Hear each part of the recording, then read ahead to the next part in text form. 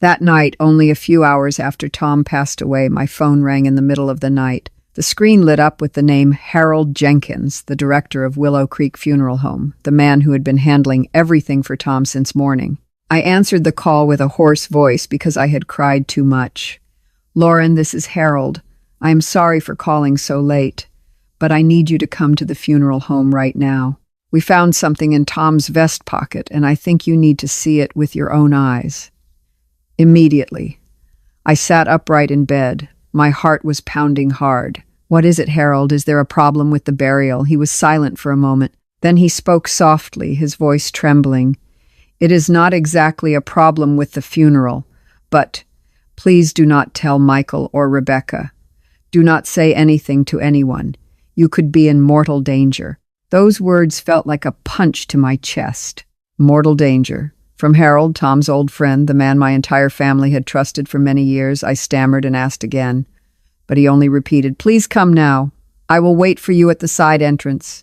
I quickly put on my coat, grabbed my car keys, and stepped out of the house that now felt far too large and far too cold. The streets of Willow Creek were completely empty at midnight. Only the pale yellow streetlights stretched long shadows across the asphalt. Each time my car passed through a patch of light, the image of Tom appeared in my mind. He was sitting slumped over his desk. His reading glasses were still on his face. A cup of coffee sat beside him, already cold. That was exactly how I had found him when I came home from the local library's book club meeting. The paramedics said he passed away instantly. They said he felt no pain. They said that to comfort me. But the pain still cut through me like a knife. I drove in a daze, half awake and half numb. My thoughts were spinning. Tom was only 66 years old. He was healthy, except for slightly high blood pressure. The doctor concluded it was a natural heart attack. There was no suspicion at all. So what exactly had Harold found that made him call me in the middle of the night, and why did he warn me about danger from my own children? When I arrived, the funeral home looked darker and colder than ever. Only a weak yellow light was glowing from the back office. Harold met me at the side entrance. His face was pale, and the calm, professional expression he usually had was gone. "Thank you for coming so quickly, Lauren. I know this is a very unusual hour, but after what we found, I could not wait until morning." He led me into his private office and closed the door. On the desk was a clear plastic bag, the kind the police often use for evidence. Inside it was a small rectangular device and several sheets of paper folded tightly together.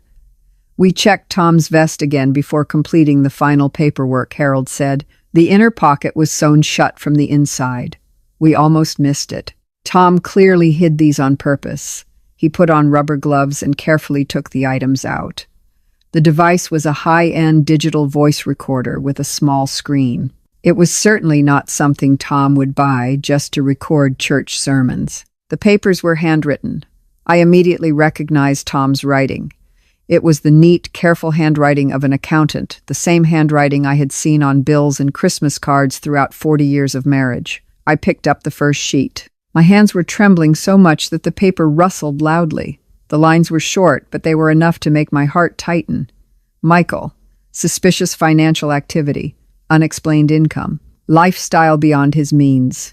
Investigating the source. I looked up at Harold. My voice was shaking. "Michael is a lawyer, Harold. He earns a lot of money."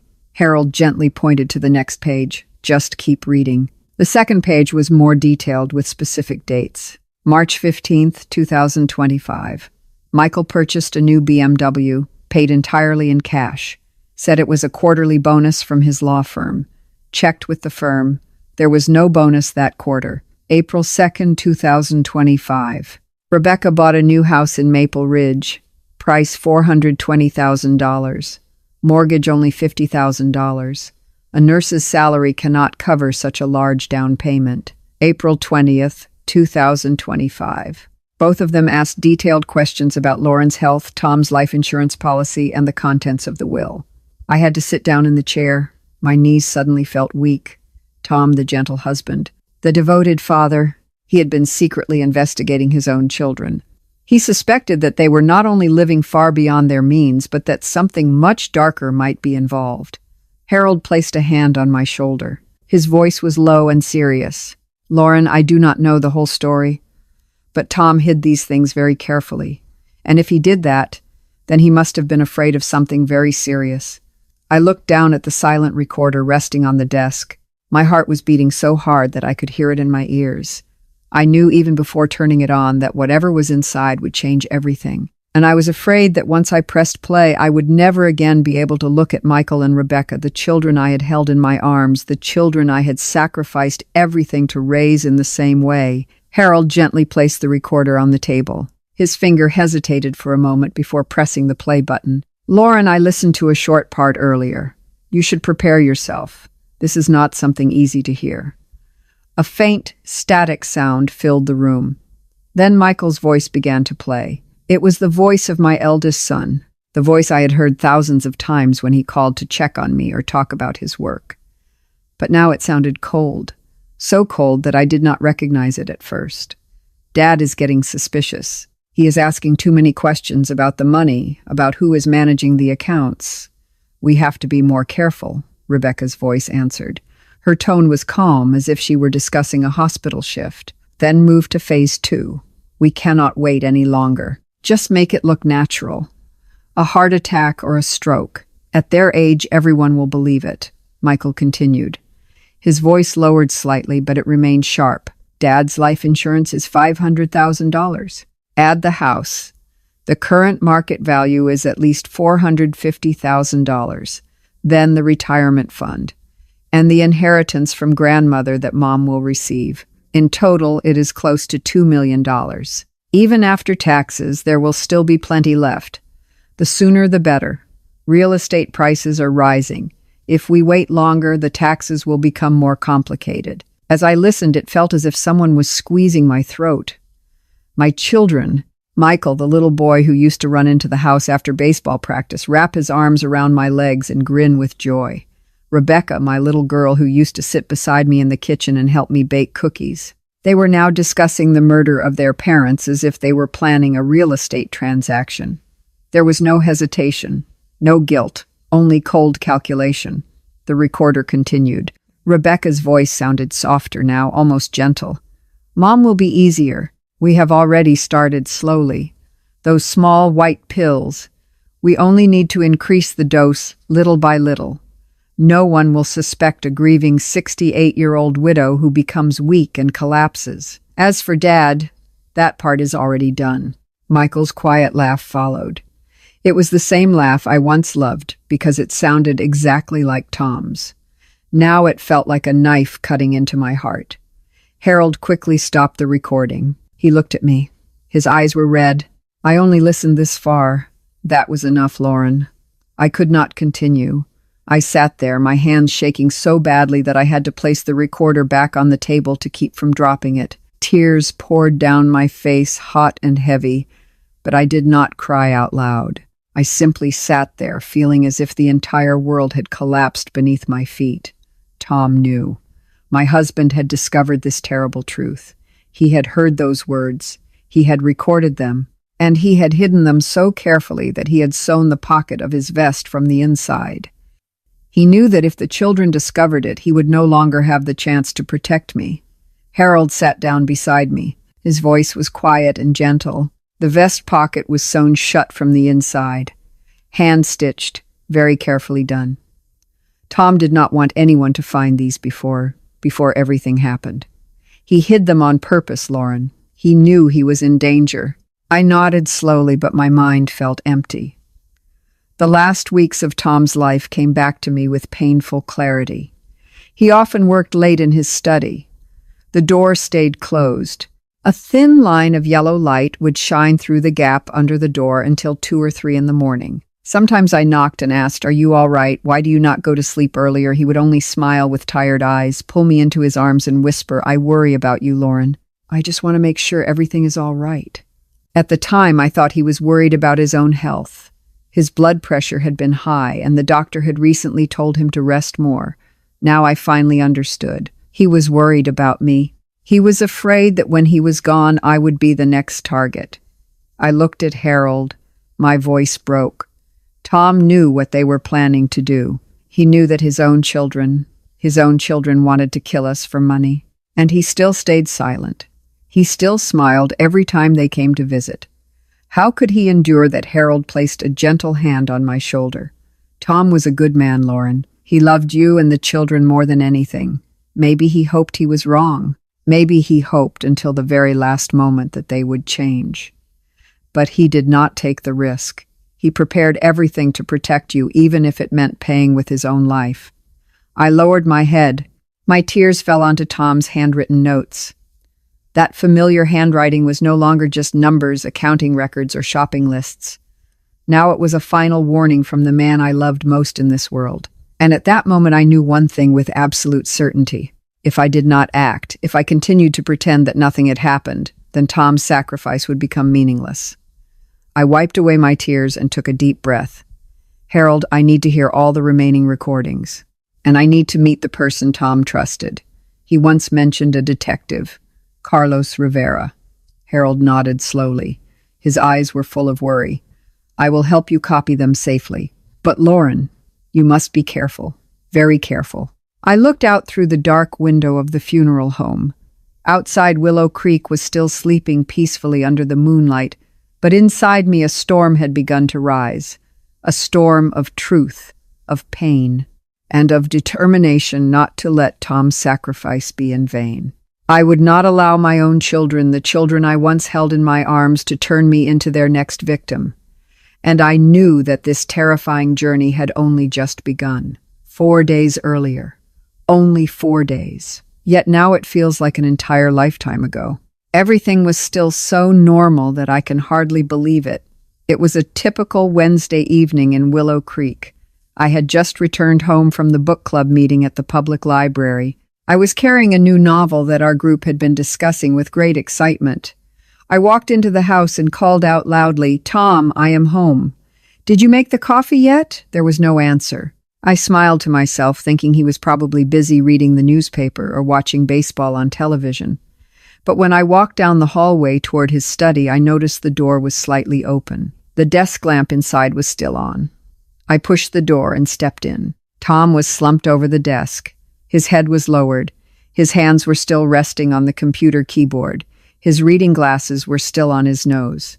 The cup of coffee beside him had long since grown cold. A thin layer of cream floated on the surface. I called his name once, then again. My voice began to tremble. There was no response.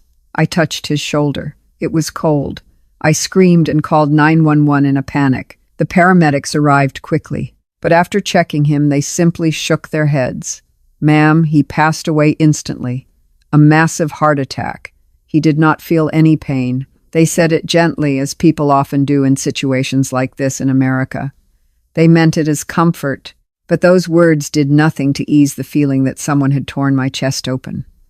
The doctor at the hospital confirmed it. Natural causes. No unusual signs.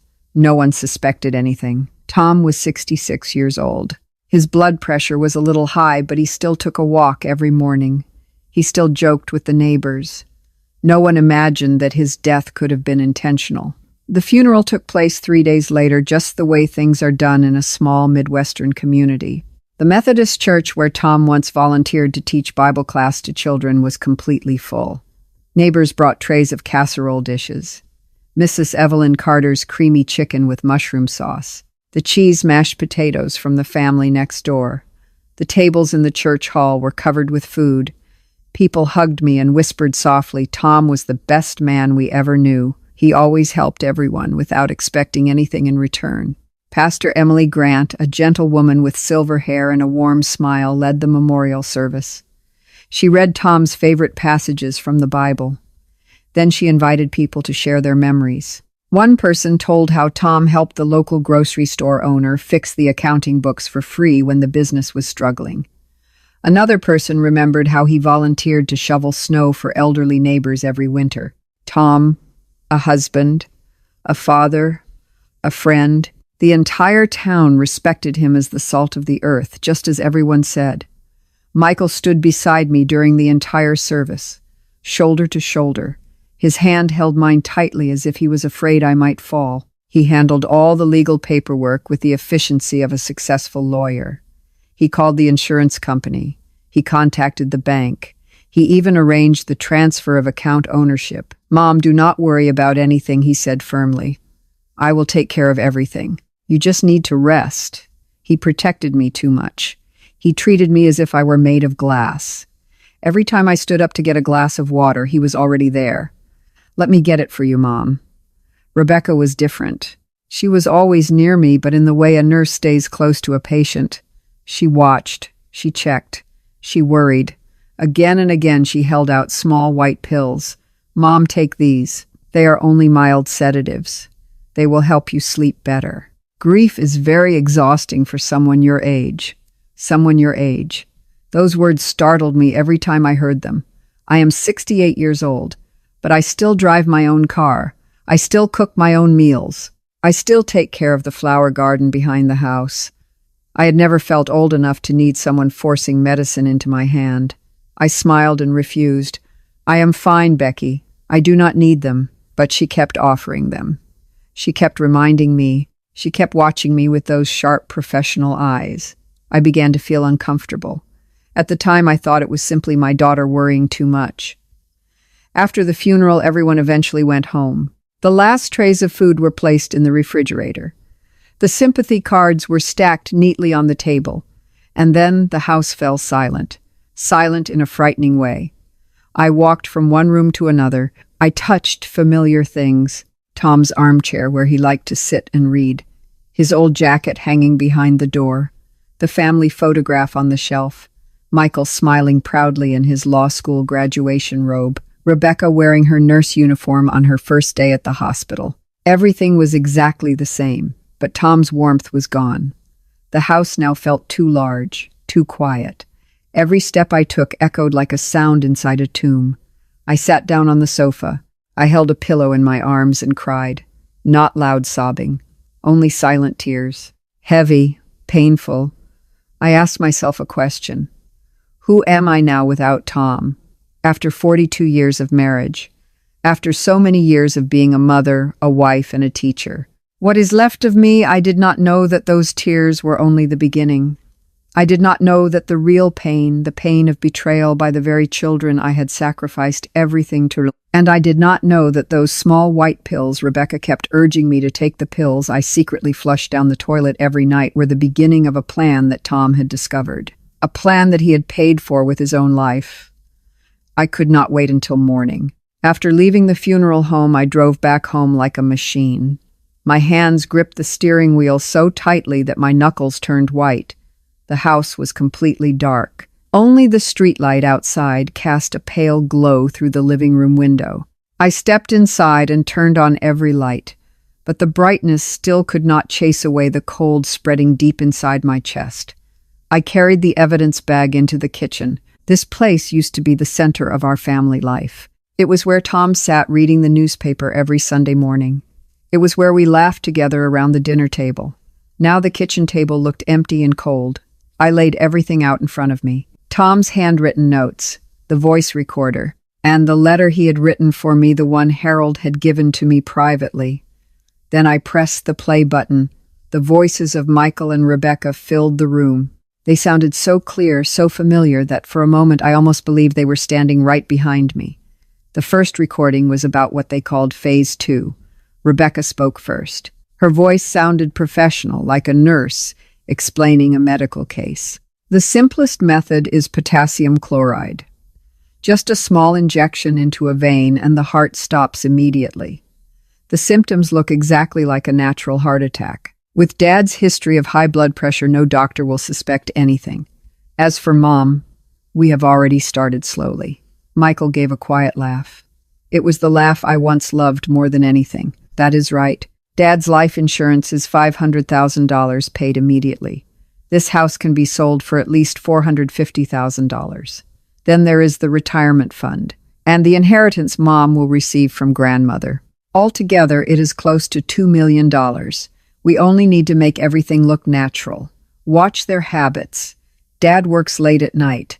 Mom goes for a walk every morning. The ideal time is within the next 2 weeks, before the will is officially processed. I collapsed into the chair.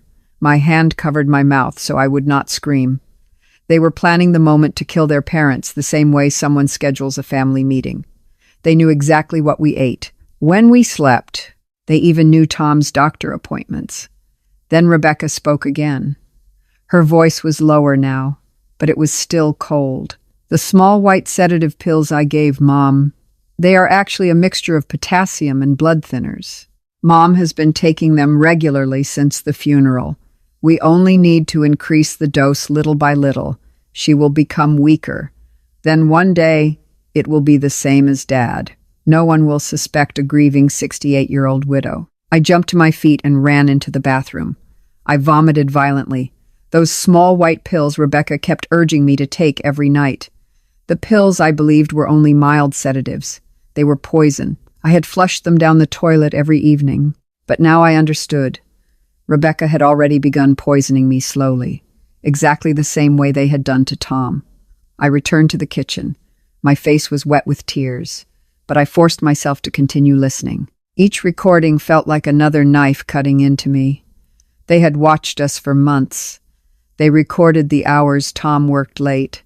They noted the time I went for my morning walks. They even tracked our regular medical appointments.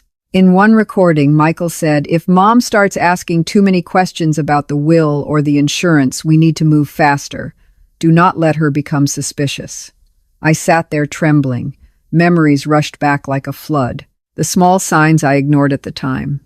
Michael always asking detailed questions about his father's will.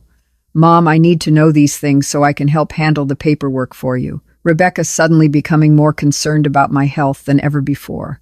"Mom, are you eating well? Are you tired? Let me check your blood pressure." And the expensive gifts that appeared without explanation. The designer handbag Rebecca brought home. The Rolex watch Michael gave Tom shortly before he died. Things that a lawyer's salary and a nurse's salary should not easily afford. Now everything was clear. They did not only want the inheritance, they were already living far beyond their means with dirty money. And they needed us to die, to cover their tracks, to pay their debts, to keep their lives going. I turned off the recorder, but their voices still echoed inside my head. That night I did not sleep. I simply sat there staring at the pile of evidence on the kitchen table. Tears fell quietly down my face. Tom knew everything. He had tried to protect me by recording all of it, and he had paid for that with his life. At that moment, I understood one thing with absolute clarity. If I did not act now, if I continued pretending that I knew nothing, then Tom's sacrifice would mean nothing. And I, Lauren Smith, the mother who once believed she knew everything about her children, would become their next victim. I picked up my phone. I searched for the number of the detective Tom mentioned in his letter, Carlos Rivera. My fingers trembled, but I still pressed the call button, because I knew that dawn was coming, and there was no turning back for me anymore. The next morning, when the first light of dawn began to appear through the maple trees outside the kitchen window, I was still sitting in the same place. Tom's evidence was still spread across the table. The recorder was silent, but the voices of my children were still echoing in my mind like a funeral bell. I had not slept for a single second. My trembling hand picked up the phone. I searched for the number of Detective Carlos Rivera that Tom had written in his letter. His number was the last line Tom ever wrote to me. I pressed the call button. My heart was beating so hard that I could hear the sound inside my ears. The phone rang twice. Then a warm, steady male voice answered. "This is Detective Rivera." I swallowed and tried to keep my voice from breaking. "Detective Rivera, my name is Lauren Smith. I am the wife of Tom Whitaker. I think you knew my husband. I just found the things he hid, and I am very afraid." There was a short silence. Then his voice became more serious, though it still carried the calm tone of a man who had seen too many terrible things in life. "Mrs. Smith, I have been waiting for this call. Tom told me that if anything happened to him, you would contact me. We should not talk too much on the phone. Can you meet me? There is a small diner beside Highway 23, about 20 minutes from Willow Creek. I will sit in the far corner and wear a brown jacket. Bring a blue scarf so I can recognize you." I agreed immediately. 1 hour later, I was sitting across from him in a classic American roadside diner. The smell of freshly roasted coffee filled the air. Soft country music played from a radio behind the counter. A few truck drivers were eating egg sandwiches at the bar. Rivera looked about 55 years old. His hair was gray at the temples. His brown eyes were deep and calm. He pushed a cup of hot coffee toward me and spoke quietly. "First, I am very sorry for your loss. Tom was a brave man. He came to see me exactly 3 months ago and brought the first recordings. We have been working together since then." He took out a thin folder. His voice remained steady, but every word felt like a blade. "Michael is not only a lawyer. He has been laundering money for a large drug network in Cleveland. He owes them nearly $200,000. That is why he buys luxury cars and spends far beyond his means. As for Rebecca, she has done far worse. She did not only steal prescription medication from the hospital, she deliberately caused the deaths of at least 10 elderly patients in the nursing home where she works. She falsified records. She gave incorrect injections. Then their assets were redirected into fake charities created by Michael. We are expanding the investigation now. The number of victims may be more than 10. I felt the blood inside my body turn cold. 10 people, not 2, not 3. 10 lonely elderly people had died because of my own daughter. The daughter I once felt proud of because she chose to become a nurse to help others. Rivera continued. His voice remained calm, but concern appeared in his eyes. Tom copied all the evidence and gave it to me. He also sent a backup copy to FBI Special Agent Lisa Chen. She is assisting this case at the federal level. Tom knew he was facing a very dangerous network. He did not only want to protect you, Lauren. He wanted to stop both of your children before they could harm more people. I tightened my hands around the hot coffee cup until the heat almost burned my skin. Tears fell onto the table. So, Tom died because of them. It was not a natural heart attack. Rivera nodded slowly. We believe so. And now you are also in danger. Rebecca has already begun giving you small doses through the so-called sedative pills. You cannot go back home, not alone. I will take you to your sister Maggie's house in the suburbs of Dayton today. You will be safer there. Tonight we will collect the evidence from your basement while Michael and Rebecca still suspect nothing. He looked directly into my eyes. His voice was firm like a soldier making a promise. You are not alone anymore, Lauren. Tom prepared everything to protect you. Now it is time for you to survive, for him, and for all the people your children have harmed and might still harm. I looked out the diner window. The morning sunlight was shining across the wide cornfields of Ohio. They looked peaceful, almost unreal. But inside me, a storm was rising. For the first time in many days, I did not feel only like a grieving widow. I felt like a survivor. And I knew that from this moment forward, I would no longer run away. I would fight. After leaving the diner, Detective Rivera drove me back home in a careful and discreet way. He drove through several side streets, first making sure no one was following us. He spoke firmly. You only have a few minutes to take the essentials and the evidence hidden in the basement. Do not take anything unnecessary. We must leave immediately. I stepped into the familiar house. My heart was pounding. Everything looked exactly the same.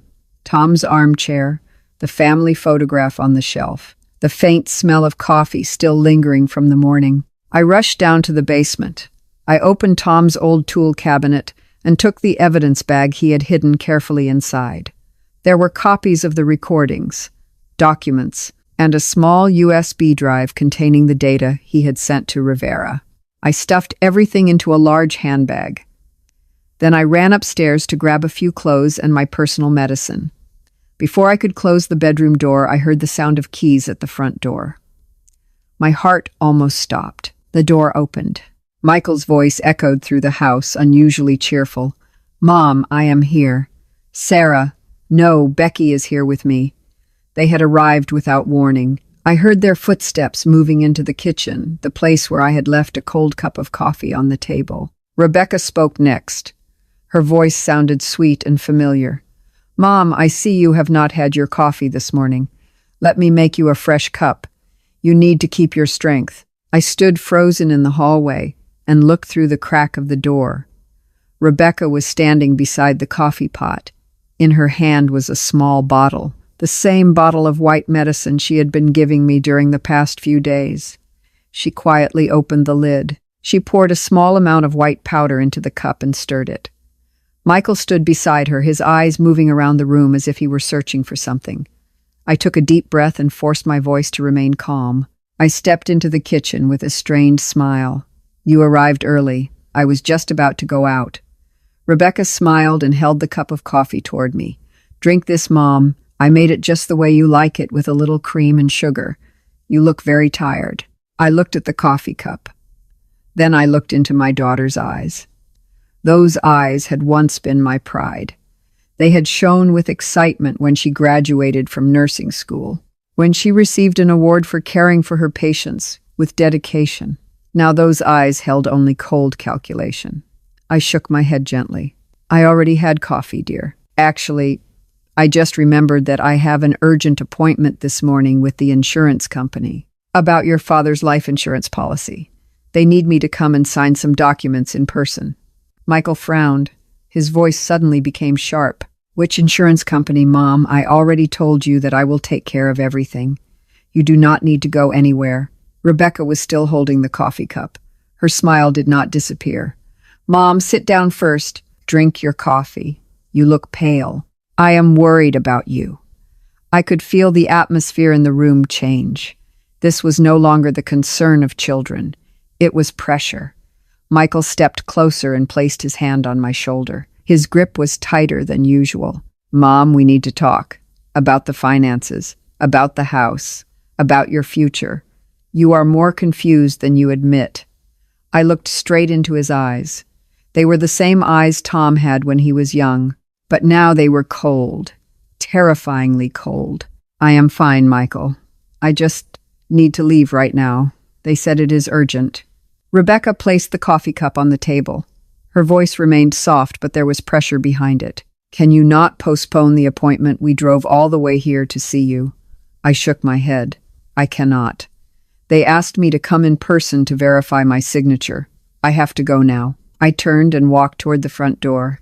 My hand gripped the strap of the handbag that held the evidence, but Michael moved faster. He grabbed my arm, not hard enough to hurt, but tight enough that I could not take another step. His voice dropped to a low whisper. "Mom, I think you are more confused than you admit. There is no insurance appointment. We already checked." My heart almost stopped. They had checked.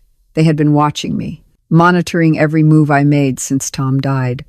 Rebecca stood behind him. The coffee cup was still in her hand. Her eyes never left me. I took a deep breath and gathered every bit of strength I had to keep my voice steady. Then, "I will have to make an appointment right now." I pulled my arm away suddenly, so quickly that Michael was caught off guard. I rushed through the front door, slammed it behind me, and ran straight to the car.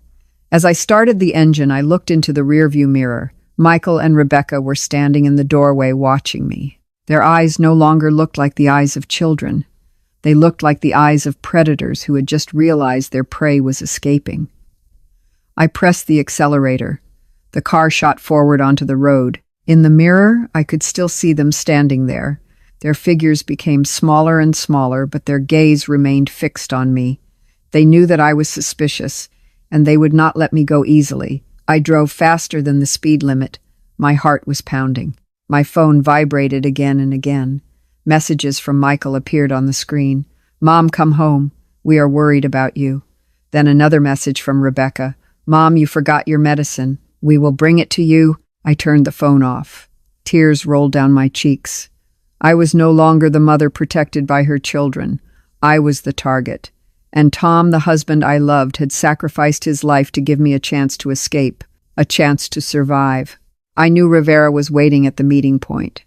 And I knew that from this moment forward, the real escape had only just begun. I drove like a madwoman.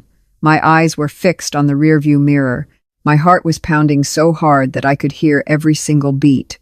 The phone was already turned off, yet I still felt as if someone was watching my every movement. Highway 23 stretched out in front of me. Large trucks rushed past with a loud rush of wind, but I did not dare slow down. Every time the car shook slightly because of a pothole, I flinched.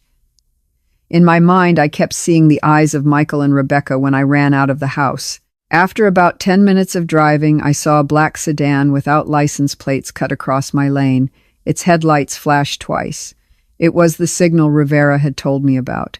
I immediately followed him into a small exit road where trees blocked the view from the main highway. The car stopped at the roadside. The passenger door opened. Rivera sat behind the wheel.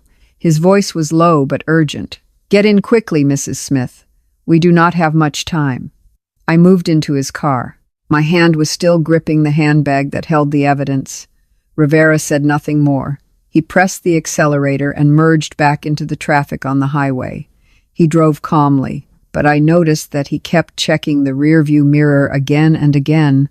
"Are you all right?" he asked briefly. I shook my head. My voice trembled. "They came to my house. They tried to force me to drink coffee. Rebecca put something into the cup. Michael grabbed my arm so tightly that I almost could not escape. They know that I suspect them." Rivera nodded. He did not look surprised. "They are panicking. Tom frightened them. Now they want to finish this quickly before you tell anyone." We drove a few more miles. Then I saw it. Michael's black BMW appeared in the rearview mirror. It was rushing toward us at a terrifying speed. The headlights were blinding. The car cut across 2 lanes to get behind us. My heart almost stopped. "It is them," I shouted. Rivera tightened his grip on the steering wheel. His voice remained calm but sharp. "Hold on. Do not look back." Michael was driving recklessly, dangerously. He pushed his car close behind ours, almost touching the rear bumper. Then he cut across a lane so suddenly that a truck had to brake hard. Loud horns echoed across the road. I could see Michael's face clearly through the windshield. He was no longer the son who used to hug me every night before going to sleep. He was a stranger. His eyes were red with anger and desperation. Rebecca sat beside him. Her hands clutched the seat. Her lips were moving as if she were saying something, but I could not hear her. Rivera accelerated. Then he suddenly turned onto a side exit that led into the winding country roads of Ohio. The roads were narrow. On both sides were tall cornfields and dense forests. Rivera drove like a professional racer. Sharp turns, slowing down at curves, then accelerating again to shake them off.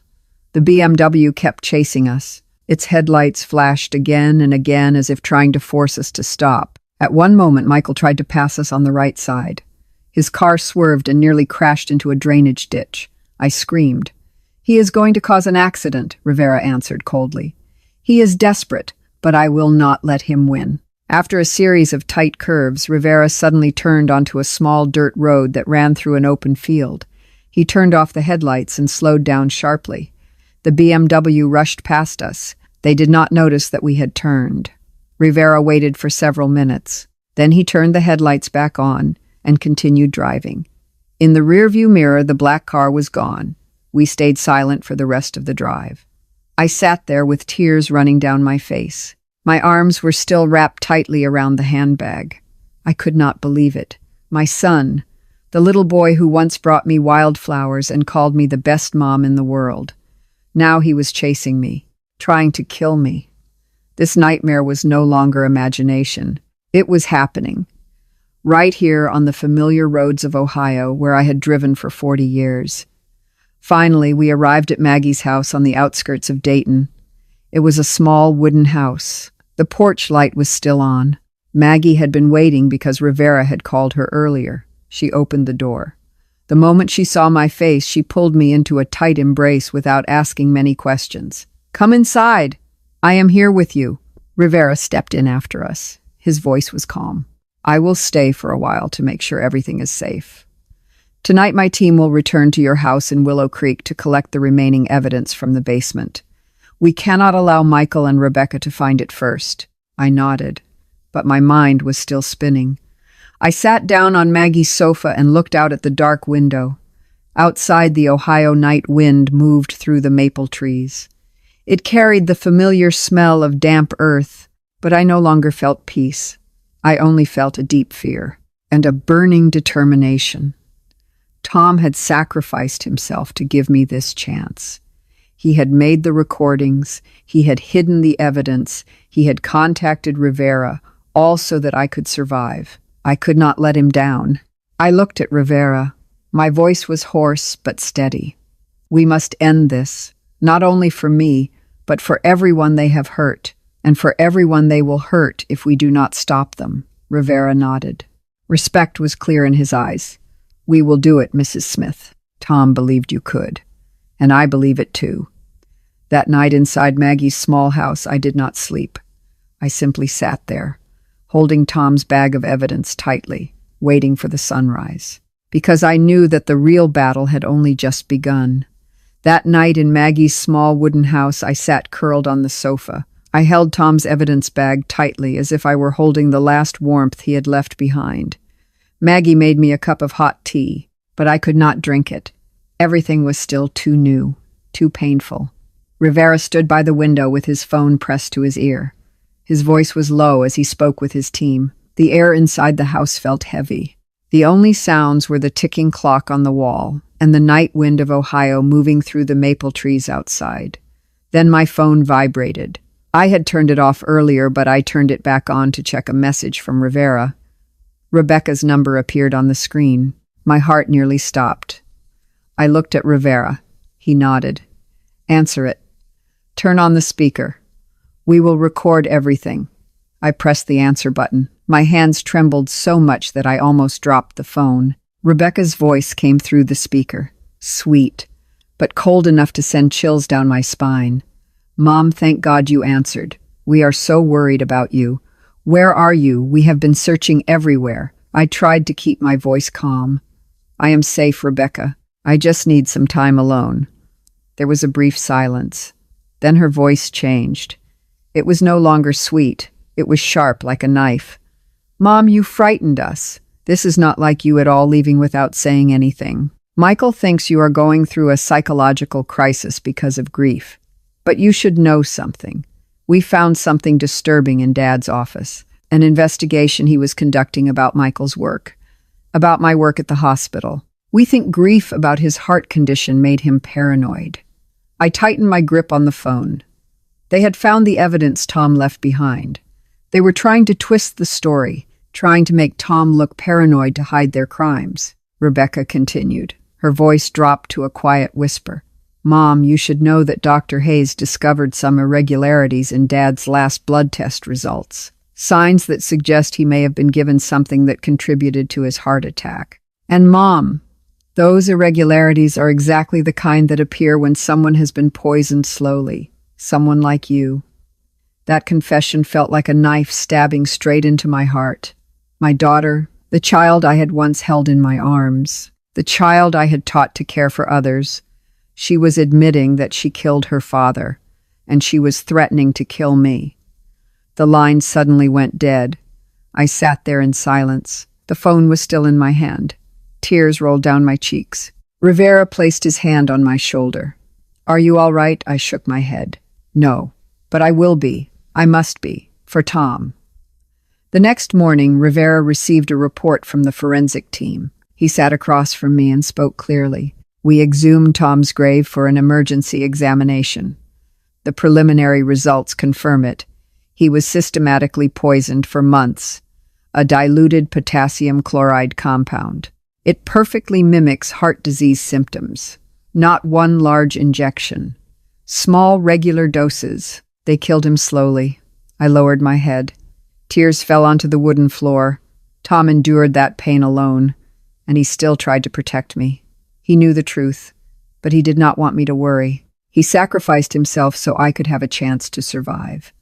Before I could collect myself, my phone vibrated again. This time it was Michael. Rivera gestured to me. Answer it. Stay calm. Michael's voice came through the phone, calm in a terrifying way. Mom, we know you are at Aunt Maggie's house. Did you really think we would not check? We are already in this area. In fact, we are parked across the street. We can see the police cars at the house. I looked out the window. Under the streetlight, Michael's black BMW was parked 2 houses away. The headlights were off, but I knew they were there. Michael continued. We tried to make this easy, kind. You only needed to fall asleep and never wake up. No pain, no fear. But now, it will have to be messy. The police know part of the story, but not everything. Then he said something that froze my blood. For example, we have a bomb, a remote detonator, enough to destroy this entire block if necessary. Unless you come outside and talk to us within 5 minutes. We pressed the button. Rivera grabbed the phone. His voice turned sharp. This is Detective Rivera with the state police. You are talking about terrorism, Henderson. You are threatening to kill a detective and innocent civilians. Michael laughed softly. That is survival, Detective. My mother has evidence that could put us in prison for life. Removing evidence and witnesses is a very practical strategy. I grabbed the phone back. My voice trembled, but it was firm. Michael, what are you saying? Are you planning to kill your aunt, the police? Your own mother? He answered calmly. Mom, we killed Dad 6 months ago. We have been poisoning you slowly for 4 months. We killed 10 innocent people at Becky's hospital. A few more deaths only speed up the retirement plan. 4 months. They had been poisoning me for 4 months. I remembered the strange exhaustion, the dizziness I blamed on grief. All of it was because of them. Suddenly the lights in the house went out. Total darkness. The electricity was gone. My phone died. In the darkness, I heard quiet footsteps coming from the back of the house. Rebecca's voice echoed from the hallway, closer than ever. Hello, Mom. Surprised, Rivera pulled me behind an overturned sofa. He whispered into his radio. Suspect inside the house. Civilians in danger. Authorization to use force. Rebecca moved slowly. Her shoes tapped against the wooden floor. She knew Maggie's house layout. We had come here dozens of times for Thanksgiving and Christmas. Her voice came closer. Mom, I know you are trying to be brave, but I have already killed 10 people. You are just number 11. I took a deep breath and called out, trying to keep my voice calm. Rebecca, I have to say, this is very different from your usual patient care style. She laughed softly. Mom, I am proud of my efficiency. 10 cases.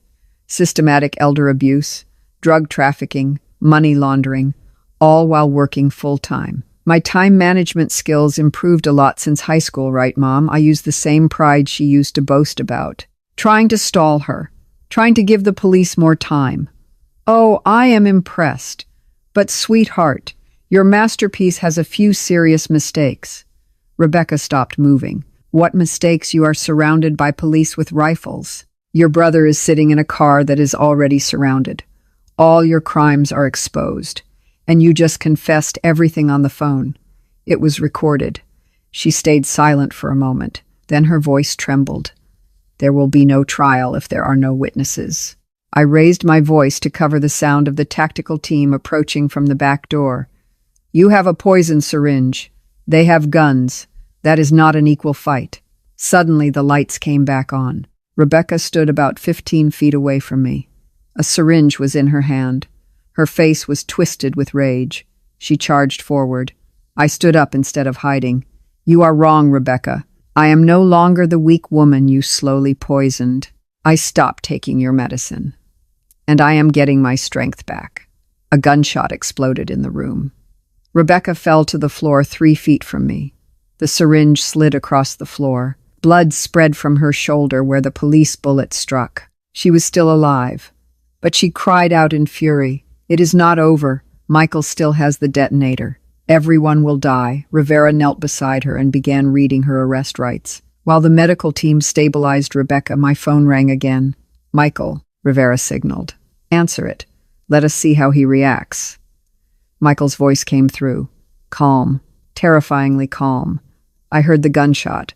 I guess she is dead. No, I replied. She is wounded. She will live to face trial. He stayed silent for a moment. Then he said quietly, It does not matter. Phase 2 is still active. The bomb is ready. Mom, we told you we have backup plans. Through the window, I could see the BMW still parked across the street. Police cars surrounded it. Michael sat inside, holding his phone. And something that looked like a detonator. He continued speaking.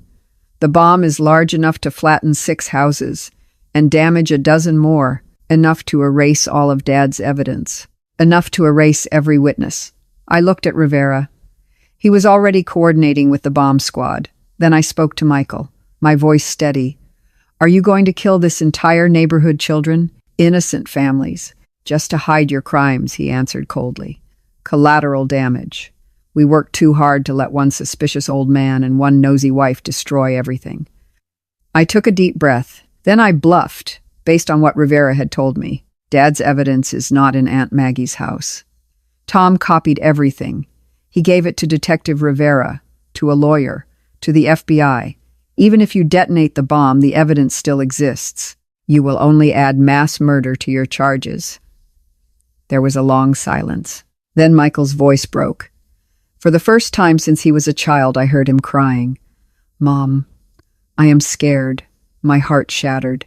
After everything he had done, after he had become a monster, I could still see the little boy who once brought me wildflowers. I whispered softly, I know you are scared, but it is time to stop, Michael, he cried.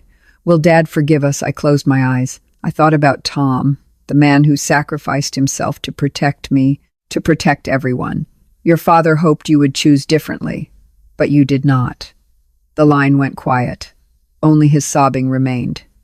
Then I heard the sound of a car door opening. Police commands, shouted. Michael surrendered. He never detonated the bomb. The bomb squad had already disarmed it earlier. Tom had recorded their backup plan in his evidence.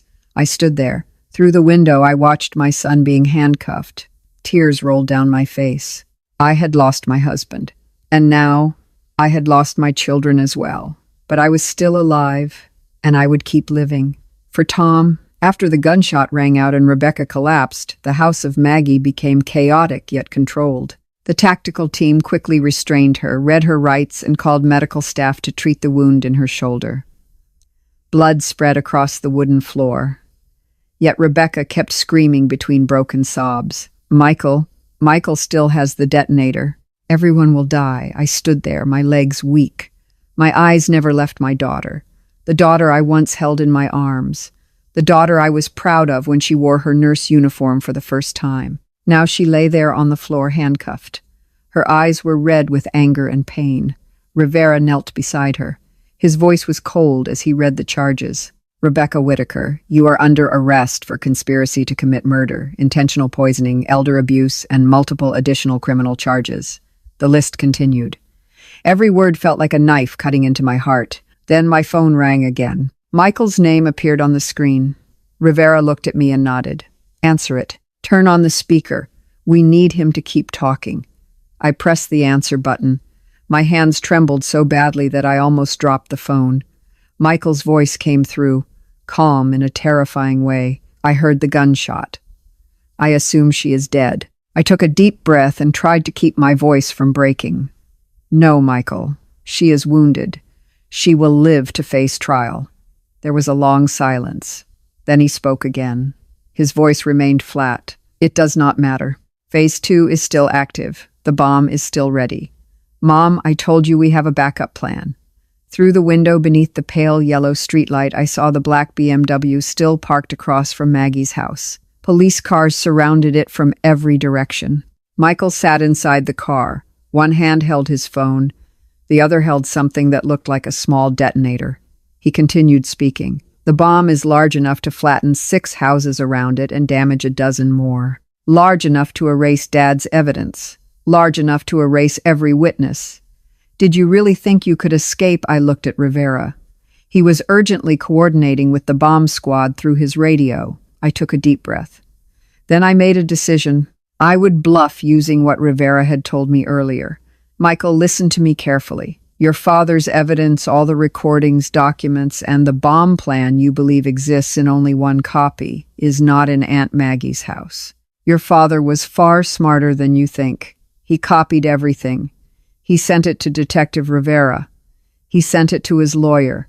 He sent it to the Federal Bureau of Investigation. Even if you press the button right now, the evidence will still exist.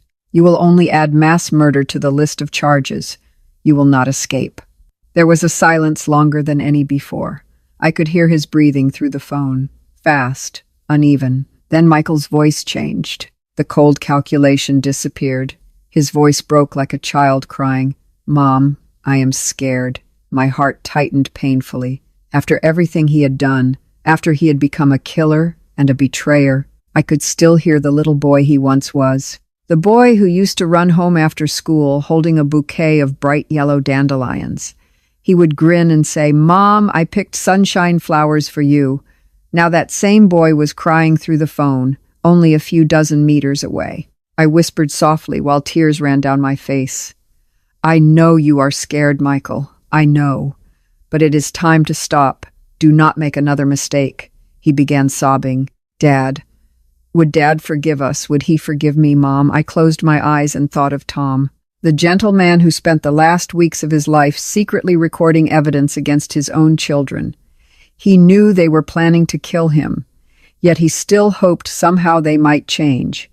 He died carrying that pain, and still protected me until the very end.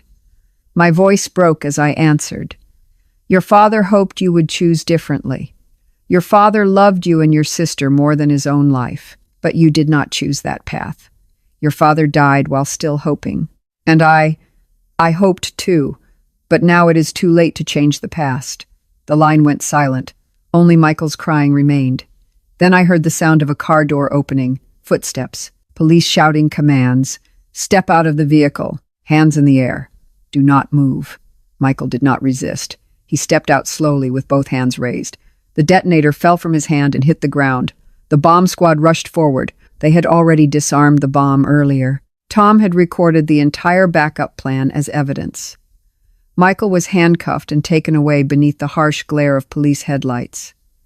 I stood by the window and watched my son being led toward a police car. He turned and looked at me one last time. His eyes were red. His face was twisted with pain and regret. I pressed my hand against the glass, as if I could touch him one final time. My heart shattered into pieces, not from anger, but from the grief of a mother losing the child she once loved more than anything. Rivera stood beside me. His voice was quiet. You did it, Mrs. Smith. You saved yourself. And perhaps you saved this entire neighborhood. I nodded, but the tears kept falling. I had saved my life, but I had lost my family. I had lost Tom. I had lost Michael. I had lost Rebecca. All that remained was pain, and the memory of the man who sacrificed everything so that I could survive. I turned toward Maggie. She stood near the door. Her eyes were red, yet she gave me a gentle smile. You are not alone, Lauren. I am here. And Tom is still here in your heart.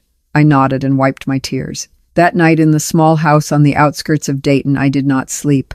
I simply sat there, holding Tom's evidence bag tightly, waiting for the sunrise, because I knew that no matter how painful life would be, I still had to keep living. For him.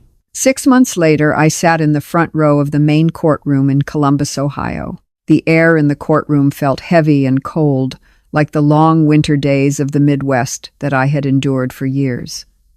Fluorescent lights shone down on the polished wooden floor. The quiet whispers of reporters and the families of the victims echoed through the room. Michael and Rebecca sat only a few meters away from me. Both of them wore orange prison uniforms. Their hands and feet were restrained with handcuffs. They were no longer the children I once raised. They were strangers now, cold, distant, and they were finally facing justice. The judge began to read the sentence. His voice was clear. Each word sounded like the strike of a hammer. Machender Michael Whitaker is sentenced to life in prison without the possibility of parole for conspiracy to commit murder, money laundering, and participation in an organized criminal network. Rebecca Whitaker is sentenced to life in prison without the possibility of parole for 23 counts of first-degree murder, systematic poisoning, abuse of elderly victims, and medical fraud. The courtroom fell completely silent. Rebecca sat perfectly still. Her eyes were as cold as they had been that night in Maggie's house. Michael lowered his head. His shoulders trembled slightly. When the judge asked if they wished to say anything before the sentence became final, Michael slowly raised his head and looked directly at me. His voice was hoarse but clear. Mother, I am sorry. I am sorry for everything. I simply nodded gently, not because I forgave him. I could not forgive him yet, but because I knew that those were the last words left between us. Then the court played Tom's final recording. The entire courtroom became so silent that the ticking of a clock could be heard. My husband's voice came through the speakers. His voice was warm and familiar. It was so familiar that I almost cried from the very first second. If someone is listening to this recording, it means I am already gone and Lauren is in danger. I want everyone to know that I love Michael and Rebecca with all my heart. I hoped until my final breath that they would choose love instead of money, that they would choose family instead of greed. But if you are hearing this, it means they chose the wrong path." His voice trembled slightly. "My dear Lauren, if you are hearing this, I want you to know something. None of this is your fault. We raised them with love, with moral values, and with the best things we had to offer. What they became is not because of us. Some people choose a dark path. I do not understand why. But they chose it. I could not allow them to harm you. I could not allow them to continue harming innocent people." Tears streamed down my face. Several members of the jury were also crying, Tom continued. His voice now carried strength and determination. "Lauren, you are stronger than you think. You will survive this. You will rebuild your life. You will find happiness again.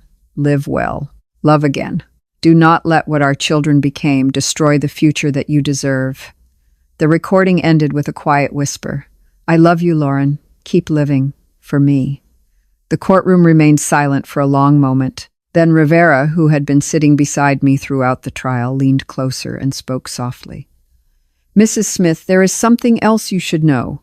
Tom did not only collect evidence about Michael and Rebecca, he also collected information about their victims. Because of those documents, we were able to dismantle the entire network. Rebecca did not kill 10 people. She killed 23. Michael did not only launder money for one operation, he was a key link in a major criminal organization that had been operating for more than 10 years. Tom saved not only your life, he saved dozens of others. Lonely, elderly people, innocent families, people who would have become the next victims if he had not acted. I sat there with tears running down my face. But this time the tears were not only from sorrow. They carried a feeling of release. Tom was not only my husband, he was a hero. He died to protect me, and to protect strangers he had never even met. 6 months after the sentencing, I sat in a small cafe in Paris. Soft autumn sunlight came through the window. The gentle sound of French voices surrounded me. I held a cup of coffee and watched people walking quickly along the sidewalk. For the first time in a very long time, I smiled. The travel notebook that Ruth had given me lay open on the table. The page for Rome had already been marked. A woman from the Victims' Rights Alliance called and asked if I would like to share my story with other families affected by elder abuse. I declined. It was not the right time yet. But I knew that one day I would speak. Because Tom taught me something important. Living well is not only about living for yourself. It is also about helping others avoid the pain that you once suffered. I looked out at the streets of Paris. It was a place that Tom and I once dreamed of visiting together someday. Now I had come here alone. But I was not lonely. He was still here, in every breath, in every step I took, in every decision I made to keep moving forward. Michael and Rebecca took away my husband. They took away my trust. They took away my innocence about the world. But they did not take my future. And that is why I am the one who truly won. I finished the last sip of coffee, opened the travel notebook, and began planning my trip to Rome. I still have a great deal of life waiting to be lived. And just as Tom promised in his final recording, I will live it well. Thank you for listening to my journey until this moment. If this story touched your heart, please share your own story in the comments below. Where are you watching from today? A small town in Ohio, a large city somewhere in America, or somewhere else in the world? Please like the video and subscribe to the channel. And remember this, no matter how dark the world may seem, we still have the strength to find the light. Your voice matters, and your story matters too.